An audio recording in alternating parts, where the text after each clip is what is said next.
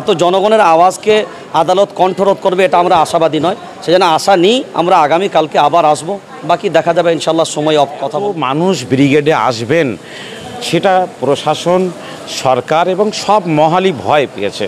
তারা একটু ডিলে করে মানুষের গতি, মানুষের মনের স্পিডটাকে নষ্ট করে দিতে চাই। আমি এখনও অত্যন্ত আত্মবিশ্বাস নিয়ে বলছি আর আল্লাহর উপরে ভরসা রেখে বলছি, 26শে এপ্রিল সমাবেশ হবে এবং সেটা ব্রিগেড প্যারেড গ্রাউন্ডেই হবে। গত পরশুদিন আর্মি খারিজ করে দিয়েছে আবেদন। গতকাল সকালে আমরা মহামান্য আদালতে সাবমিট করেছি। কেস ইতিমধ্যে লিস্টেড হয়েছে, তালিকাভুক্ত হয়েছে। আশা করা গিয়েছিল আজকে 2টোর পরে শুনানি হবে। আমাদের আইনজীবী তিনি মেনশন দিয়েছেন, কোর্টের যে নিজস্ব একটা সিস্টেম থাকে, আগামীকাল 1:15 শুনানির সময় ধার্য হয়েছে। এবং আমরা এখনও পর্যন্ত কলকাতা হাইকোর্টের প্রতি আস্থা রেখেছি। আর্মি যেহেতু কেন্দ্রীয় সরকারের সংস্থা, তাদের কোনো নিষেধ হয়তো আছে বা তাদের কোনো অশুভ পরিকল্পনা আছে, সেই জন্য তারা শেষ মুহূর্তে খারিজ করেছে। কিন্তু আদালতের প্রতি আমাদের আস্থা আছে। আপনারা আগেই শুনেছেন ওখানে আমার হিন্দু ভাইদের গীতা পাঠ হয়েছে, ওখানে আরএসএসের মোহন ভগবতজি তিনিও সভা করেছেন। ফলে অল ইন্ডিয়া মুসলিম পার্সোনাল ল বোর্ডের সভাও হবে এবং সেটা ব্রিগেডে হবে। আমরা আইন অমান্য করতে আসছি না।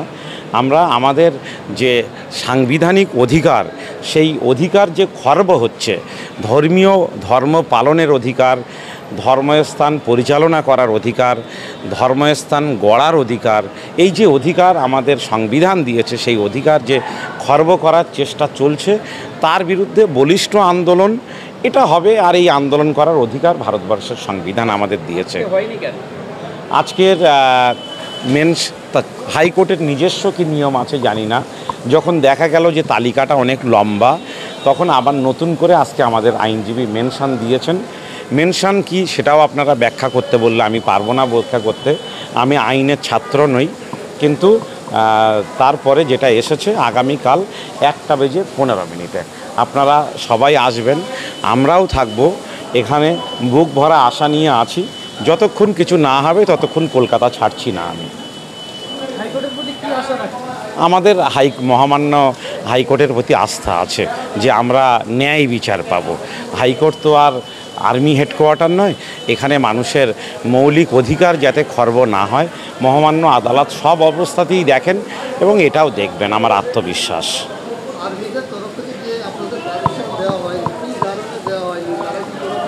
সেটা সময় মতো আমরা ঠিক বলবো, তার পুঙ্খানুপুঙ্খ বিচার বিশ্লেষণ সবটা হবে। এই আজকের শুধু আমি হেনস্থার শিকার নই, আমাদের যারা সবাই সম্মিলিত প্রচেষ্টায় যারা এই কাজটা করছেন তারা হেনস্থা হচ্ছেন। গোটা বাংলায় যারা নানাভাবে প্রস্তুতি নিয়েছেন ব্রিগেড সমাবেশকে সফল করার জন্যে, কেউ গাড়ি ভাড়া করেছেন, কেউ মানুষের কাছে কথা দিয়েছেন, পথসভা আজকেও কয়েকটা আছে, চলছে, প্রচারের কাজ চলছে। সবাই অত্যন্ত ব্যথা নিয়ে, কষ্ট নিয়ে শুধু সময়টা কাটানোর চেষ্টা করছে। আমরা যেমন ইফতারের সময়ের দিকে তাকিয়ে থাকি, আমরা আগামীকাল 1:15 দিকে তাকিয়ে আছি। সেই সময়টাই মহামান্য বিচারপতি তিনি আমাদের কথা শুনবেন এবং তার একটা রায় দেবেন।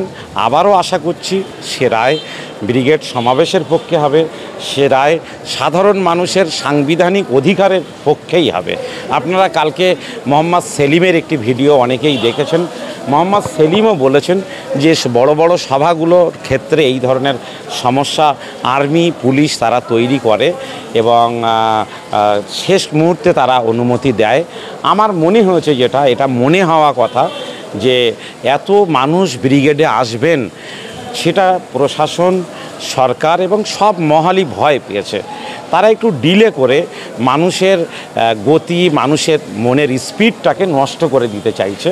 কিন্তু সভা হবে, আমি আপনাদের মাধ্যমে আমার সমস্ত সংগ্রামী বন্ধুদেরকে আমি আশ্বস্ত করছি। অনেকেই এখনো বলছে যে আগে থেকে পারমিশন না নিয়ে এত বড় আন্দোলনের ডাক, এত বড় পদক্ষেপ কেন নিল?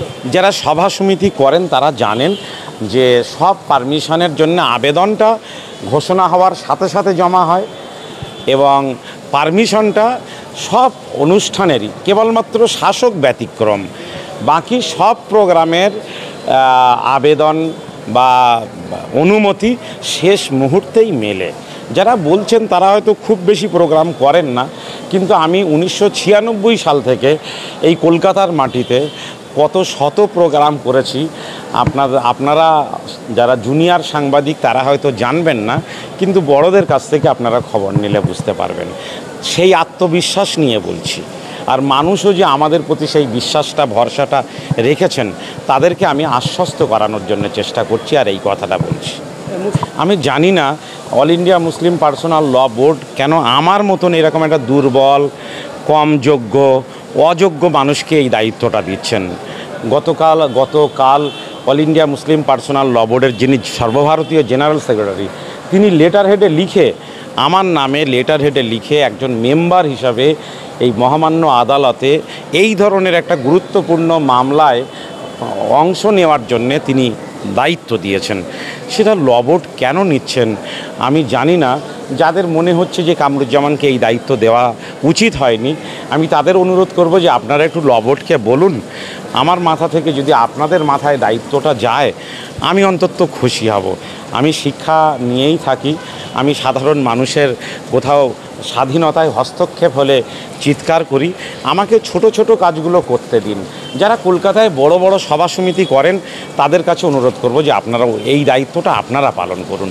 মহামান্য উচ্চ আদালতেও এই যে আইনি আদালতের দ্বারস্থ হতে হয়েছে, এই দায়িত্বটাও যদি অল ইন্ডিয়া মুসলিম পার্সোনাল ল বোর্ড আমাকে দায়িত্ব না দিয়ে, আসলে এখনকার বর্তমান সময়ে আমরা যেমন আশা নিয়ে বসে থাকি, তেমন নিরাশাটাও আমাদের একটা অংশ হয়ে দাঁড়িয়েছে। আর আশাতেই তো মানুষ বুক বাঁধে, সেই আশা নিয়েই জীবন চলছে। মানুষ বেঁচে থাকার আশা নিয়ে যেমন বেঁচে আছে, যে কোনো মুহূর্তে তার মৃত্যু হতে পারে। আমরা আশায় ছিলাম যে আজকে মামলা শুনানি পাবো, কিন্তু সেটা কোর্টের নিজস্ব ব্যাপার। তো ওনারা যেহেতু আমরা আমাদের আইনজীবীদের মাধ্যমে জানতে পারলাম যে আগামীকাল সেটা ধার্য করা হয়েছে, তো আগামীকাল পর্যন্ত আমরা যেহেতু সেই ধৈর্যের আশা নিয়ে আবার কালকে হাইকোর্টে আসব বড় আশা নিয়ে। আর আমরা আশাবাদী নিশ্চয়ই মহামান্য আদালত, কারণ এটা তো শুধু মুসলিম পার্সোনাল ল বোর্ডের একা ডাক নয়। আমার যতটুকু বাংলার অলিতে গলিতে ঢুকে আমরা দেখেছি, এটা পুরো পশ্চিমবাংলার জনগণের একটা আওয়াজ। তো আশা করছি নিশ্চয়ই পুরো পশ্চিমবাংলার এত জনগণের আওয়াজকে আদালত কণ্ঠরোধ করবে, এটা আমরা আশাবাদী নয়। সেজন্য আশা নিই আমরা আগামীকালকে আবার আসব, বাকি দেখা যাবে ইনশাল্লাহ, সময় কথা বলব।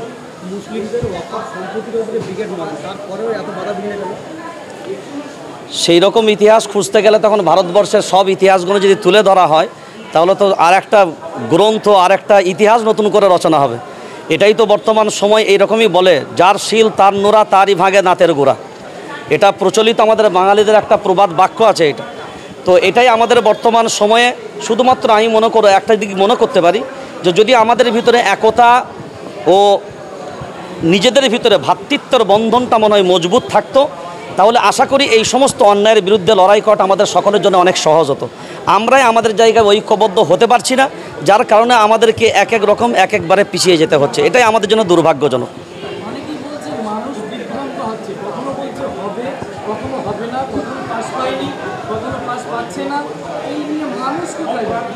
আমি আপনাকে আলাদা করে ধন্যবাদ এই জন্য জ্ঞাপন করছি যে আপনি এই ধরনের প্রশ্নগুলো করছেন।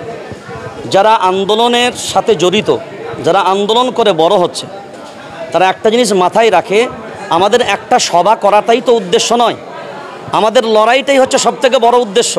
আর সেই সভাটাকে সামনে রেখে এই যে হাইকোর্টে আসা, বারবার ফিরে যাওয়া, এটাই তো একটা আন্দোলন, এটাই তো একটা লড়াই। আর সেই লড়াইয়ের শেষ প্রান্ত পৌঁছাবো, এটা আমাদের দৃঢ় বিশ্বাস। সেই জন্য লড়াই করতে করতে যতদূর পর্যন্ত আমাদের শক্তি আছে, সার্বিক শক্তি দিয়ে লড়াইয়ের শেষ প্রান্ত পর্যন্ত পৌঁছাবো। মানুষকে যদি বিভ্রান্ত করার ইচ্ছা আমাদের হতো, জনগণ তো আপনাদের মাধ্যমে দেখতে পাচ্ছে যে বিভ্রান্ত আমাদের দ্বারাই হচ্ছে না অন্য কারোর দ্বারাই হচ্ছে, সেটা মানুষ নিশ্চয়ই জনগণ বিচার করবে।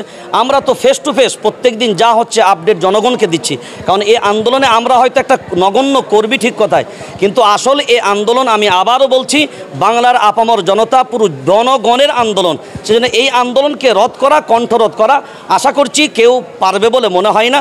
সেই জন্য সময়ের অপেক্ষা, সময় নিশ্চয়ই কথা বলবে।